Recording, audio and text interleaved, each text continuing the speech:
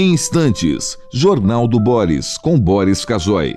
Um jornal independente e apartidário. Um sobrevoo pelos principais fatos do Brasil e do mundo. Política, economia, cultura e esporte todas as manhãs. O Jornal do Boris começa daqui a pouco, às 8 horas. Enquanto isso, você que assiste pelo YouTube, não deixe de se inscrever no canal. Deixe seu like nos vídeos, seus comentários e lembre-se de ativar o sininho para ser notificado sempre que postarmos um novo vídeo, com as análises precisas de Boris Casoy sobre os temas mais importantes do noticiário. Para você que acompanha pelo Facebook, curta a página oficial e deixe seus amigos bem informados, compartilhando sempre nosso conteúdo diário. No Twitter, o perfil oficial de Boris Casoy é o @bcasoyoficial. O Jornal do Boris começa já, às 8 em ponto. Você está convidado também a seguir o perfil oficial no Instagram, buscando por @Jornal do Boris Verdade. Lá você encontra fotos raras, objetos antigos da coleção particular de Boris Casoy e fica por dentro do cotidiano deste jornalista com mais de 60 anos de carreira.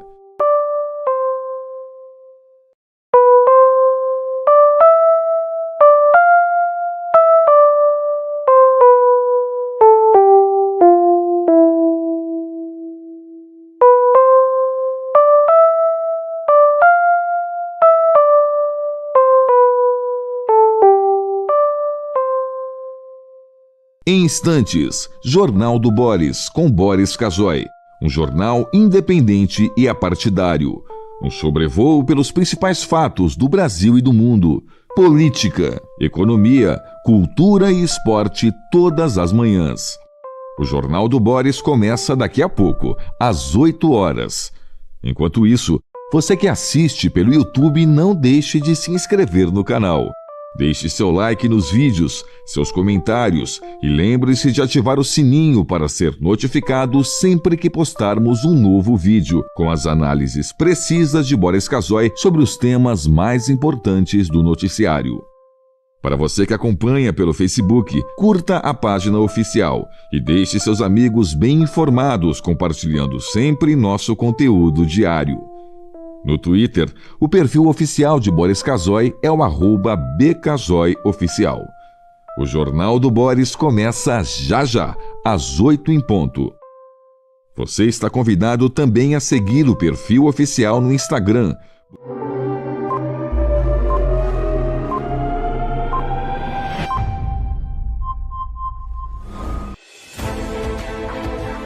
A partir de agora, passando a limpo as notícias do dia no Brasil e no mundo, está no ar o Jornal do Boris. Bom dia, muito bom dia.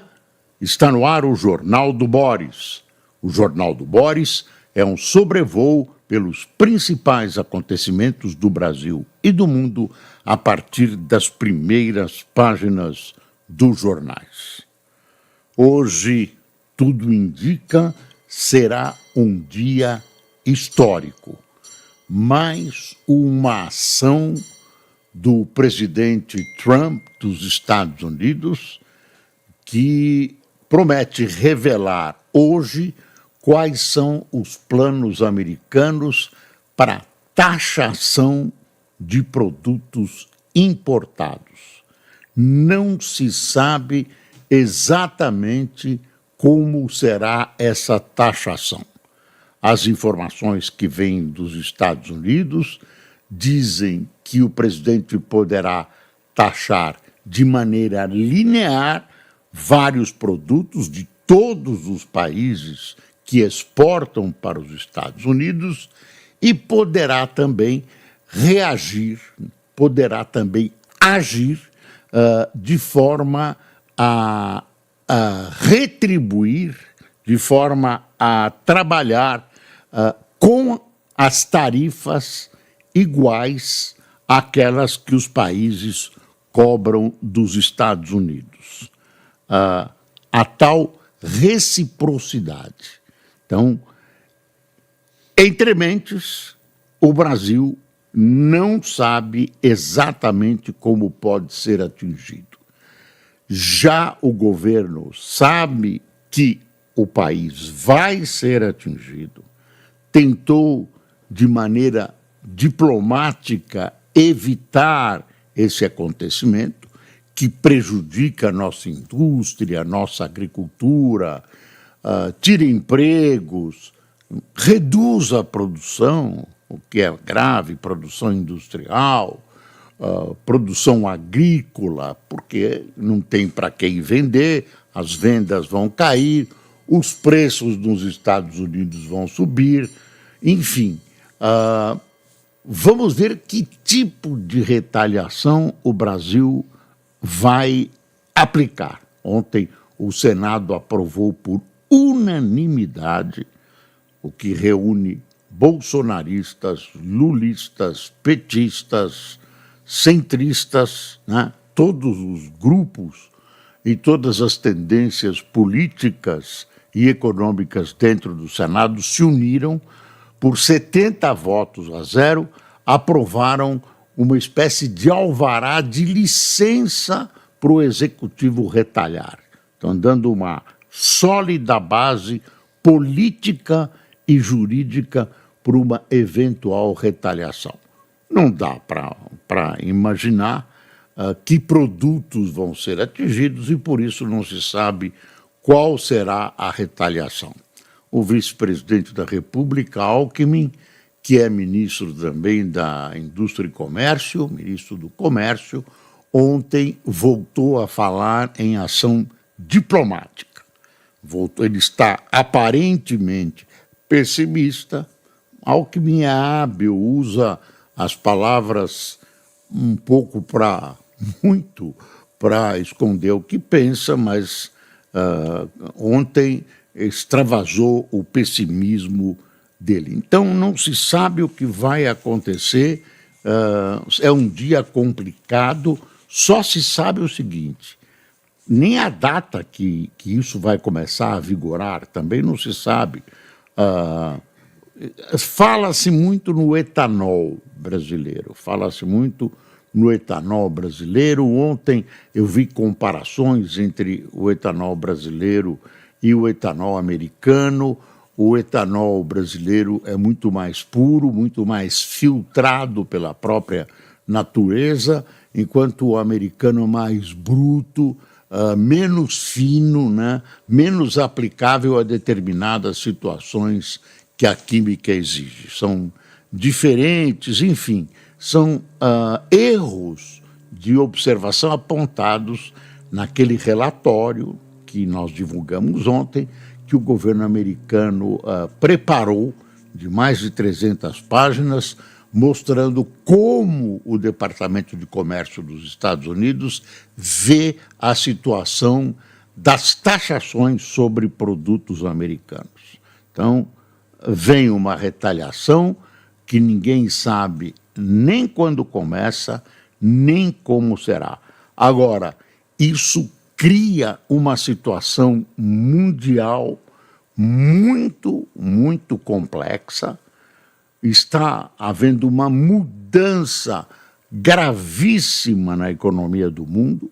Se isso for aplicado, as coisas vão se complicar muito, e a gente sabe que essas questões econômicas, evidentemente, estão umbilicalmente ligadas à questão política.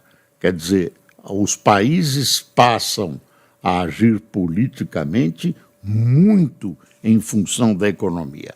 Então, toda uma economia estruturada após a Segunda Guerra Mundial, que estava, claro, com um lampejo aqui, uma contradição ali, tudo que estava acertado, configurado, né? Estava tudo mais ou menos equilibrado, quer dizer, pelo menos na sua profundidade, nas suas raízes, nas suas bases, isso tudo pode ser subvertido, certamente será, se as medidas forem as draconianas que estão sendo especuladas nos Estados Unidos. O presidente Trump está correndo riscos políticos, não é brincadeira, porque isso pode ser um tiro no pé nos Estados Unidos. É evidente que se você taxa carros importados, por exemplo, do Japão, da China, esses carros vão chegar mais caros para o consumidor americano, assim como todos os produtos que forem sobretaxados. Então isso não é brincadeira. Tem a inflação americana, quer dizer, tem uma situação interna nos Estados Unidos que também é grave, que também se mexem nos nervos dessa situação. Como ele está mexendo nos nervos mais sensíveis da economia mundial, fora outras iniciativas dele truculentas, que colocam para muitos em xeque as bases da economia americana. Eu quero a Groenlândia, eu quero de volta o canal do Panamá, enfim, eu quero um terceiro mandato, vai e volta, enfim. Trump tem sido um fator de gravíssima instabilidade mundial. Isso, Deus o livre, pode chegar às vias de fato. Vias de fato que eu estou falando são guerras regionais ou uma guerra que envolva grande parte dos países do mundo ou os países mais importantes. Vamos para as manchetes. Aqui, Brasil chega pessimista ao dia do tarifato de Trump e tem taxa dupla no aço. O Estadão está aqui. Governo e oposição se unem contra tarifaço de Trump. A foto aqui do alto é Mianmar procura e encontra sobreviventes após o terremoto. Tem uma ajuda internacional, vários países ajudando. É uma catástrofe gravíssima, também num momento grave da economia do próprio Mianmar.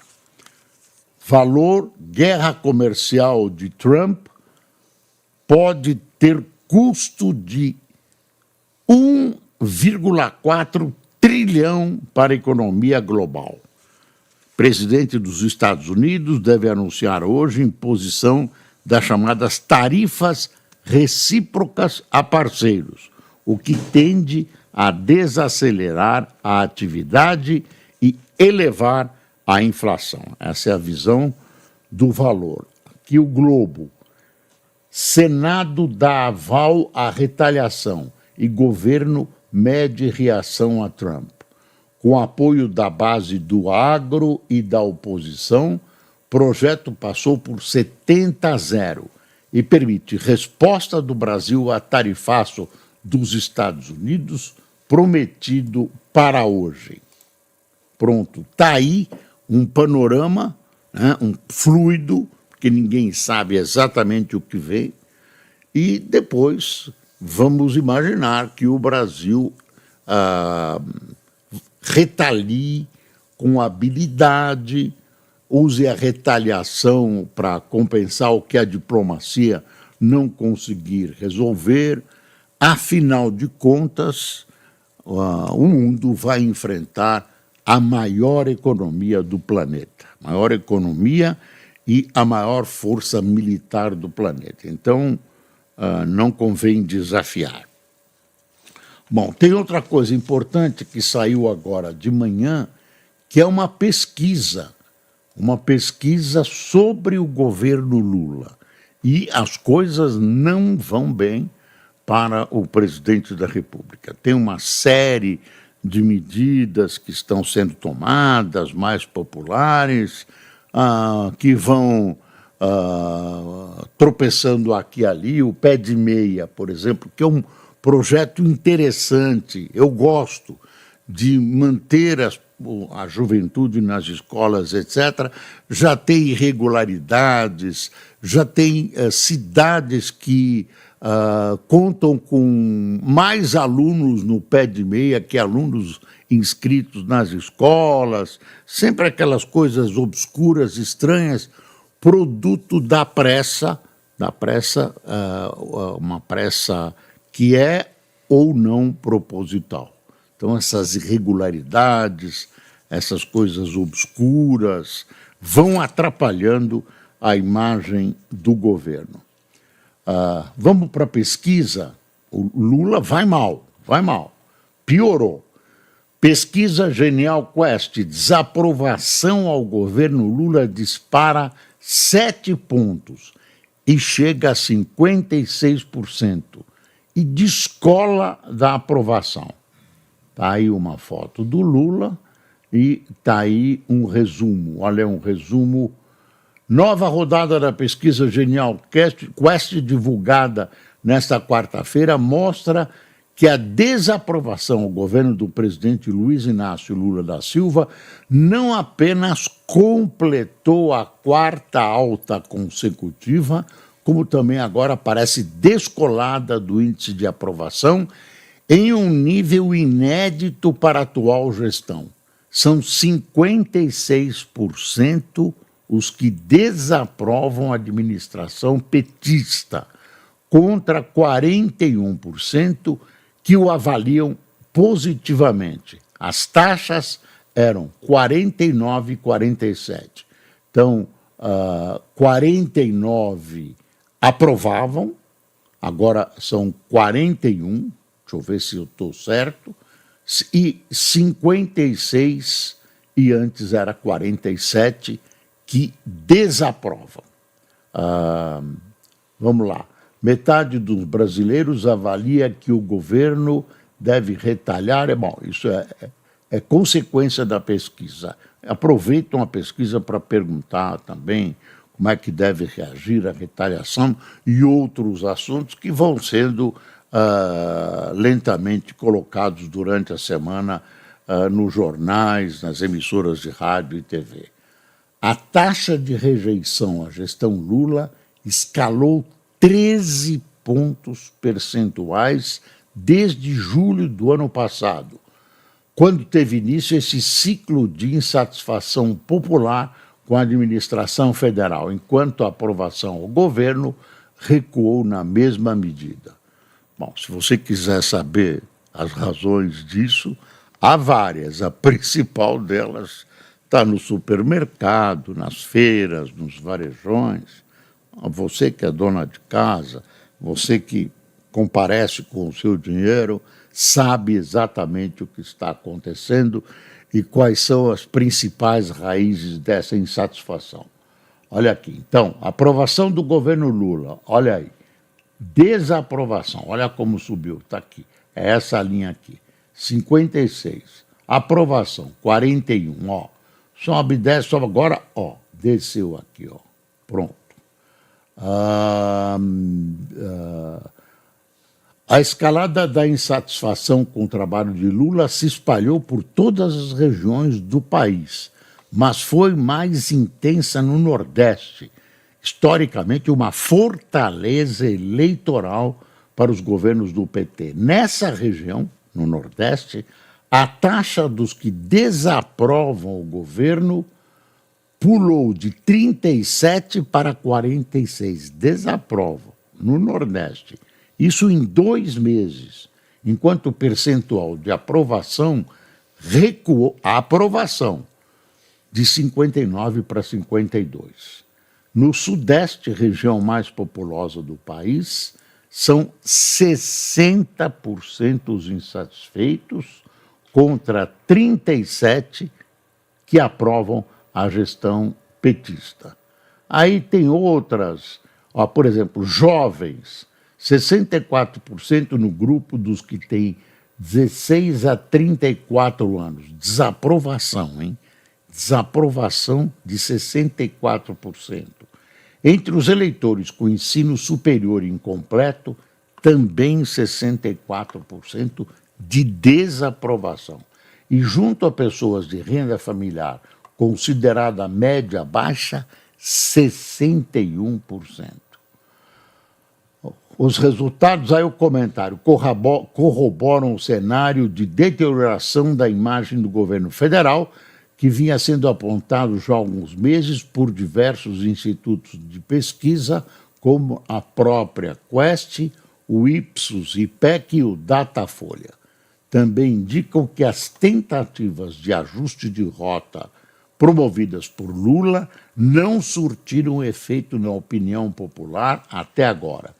De janeiro para cá, o presidente substituiu Paulo Pimenta por Sidônio Palmeira na Secretaria de Comunicação da Presidência, a SECOM, cobrou ministros, ampliou espaço em sua agenda para viagens para o país e anunciou medidas, como crédito consignado para trabalhadores em regime CLT e a isenção do imposto de renda para quem recebe até R$5.000.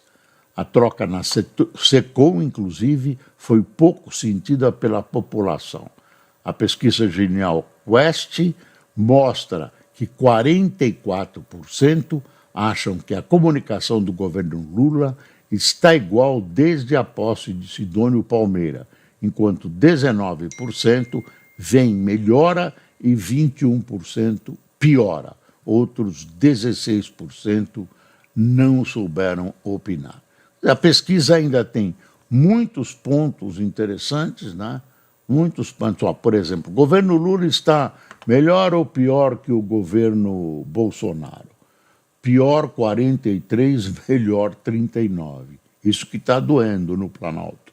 Melhor 39, pior 43.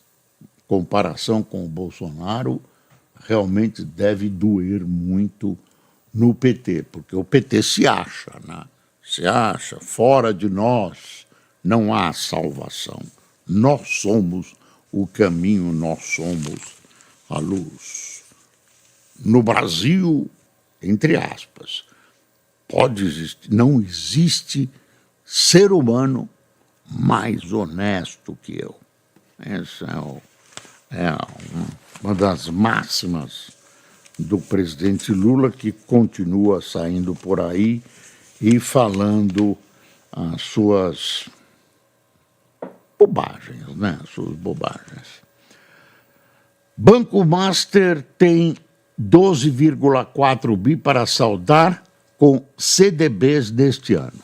Então é uma operação estranha, um banco estatal de Brasília comprando um banco chamado Master, cuja situação é nebulosa.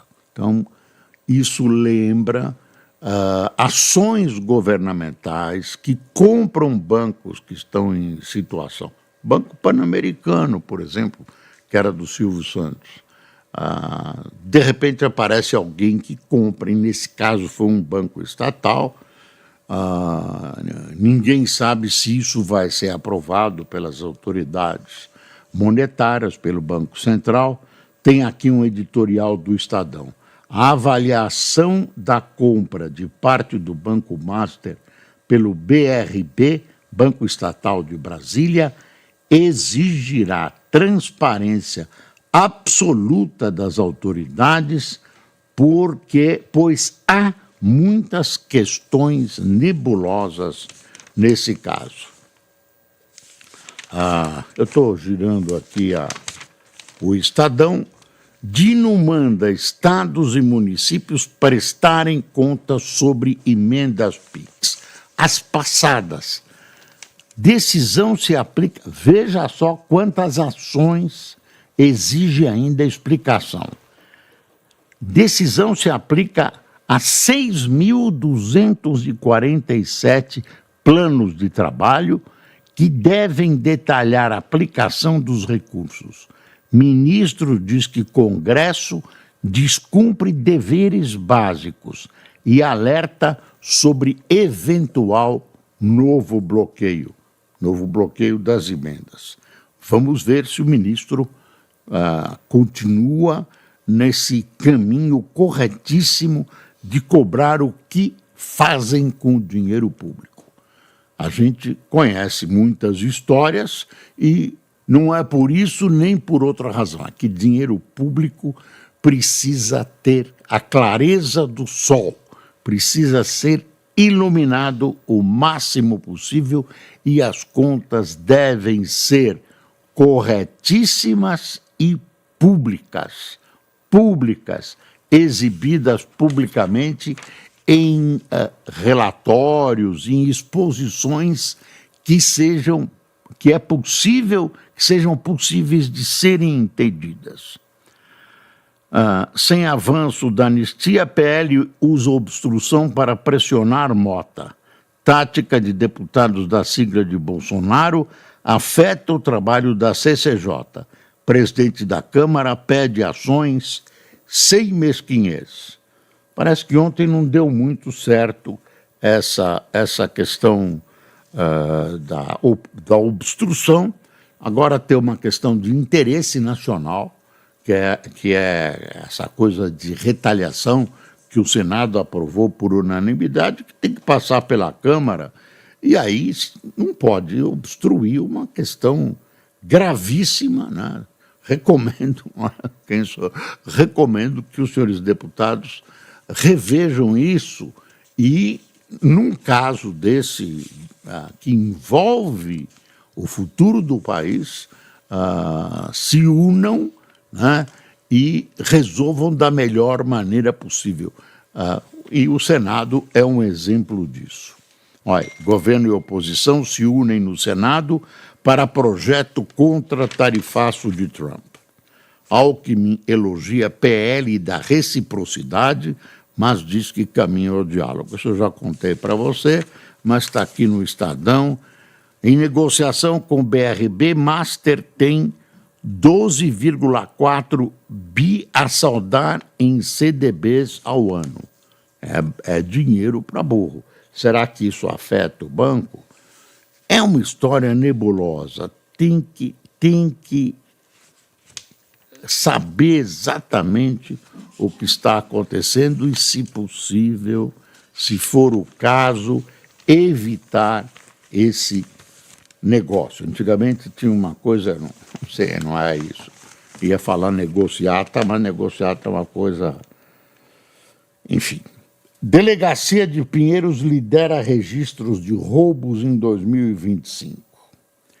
E naquela região de Pinheiros, que é uma região boa, classe média alta, nichos de elite, né, econômica, tem uma violência incrível. Ontem, um arquiteto que tentou interferir em alguém que estava sendo assaltado, levou um tiro e foi assassinado.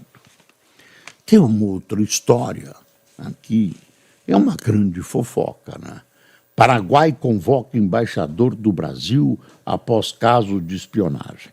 O Brasil, na era Bolsonaro, no final da era Bolsonaro, botou seus espiões para farejar o que o Paraguai estava imaginando sobre um novo tratado de Itaipu. Isso para o Brasil se situar nas questões que envolviam esse novo contrato. Aí teve um depoimento de um membro da ABIN e ele acabou contando essa história. Oficialmente, está registrado, documentado, né, num depoimento dele, enfim. Aí isso veio a público e o Paraguai estranhou. Parênteses. Esse tipo de ação é comum. Quem está dizendo isso foi quem já esteve no governo e também foi editor-chefe da Folha de São Paulo. Claro que é difícil de comprovar, mas todos os países, quando podem, espionam por defesa de seus interesses. Mas ninguém costuma contar. Mas aí o Brasil espionou, o Paraguai soube disso e precisa reagir. O Paraguai não quer ter problemas com o Brasil. O Paraguai tem uma grande dependência do Brasil. Tem negócios conjuntos, etc. Não vale a pena brigar. Então, mas tem uma satisfação a dar para suas populações. Aí o que o Paraguai faz? Chama o embaixador para explicações o que é uma manifestação de desagrado e tal. Não vai acontecer nada, é um fato passado e, enfim, vai continuar a espionagem. Não tenha dúvidas. Deixa eu ver que mais que a gente... Banco Moraes usa voo da FAB um dia antes de ver o Corinthians. Torcedor do Corinthians, o ministro Alexandre de Moraes, do STF, viajou de Brasília a São Paulo em voo da FAB um dia antes de ir à final do Campeonato Paulista. A viagem foi solicitada por razões de segurança. O STF não comentou. Será que essa figura impoluta e honesta do nosso querido ministro iria cometer um ato de irregularidade, como voar num aviãozinho da FAB só para assistir o jogo do Corinthians?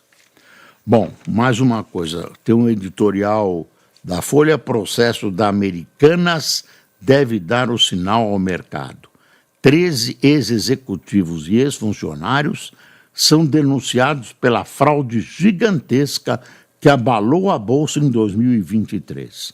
Investigação rigorosa, julgamento criterioso e punição aos responsáveis precisam ter efeito de dissuasão. Sim! Quantas vezes eu já ouvi isso? Meu Deus do céu, meu Deus do céu.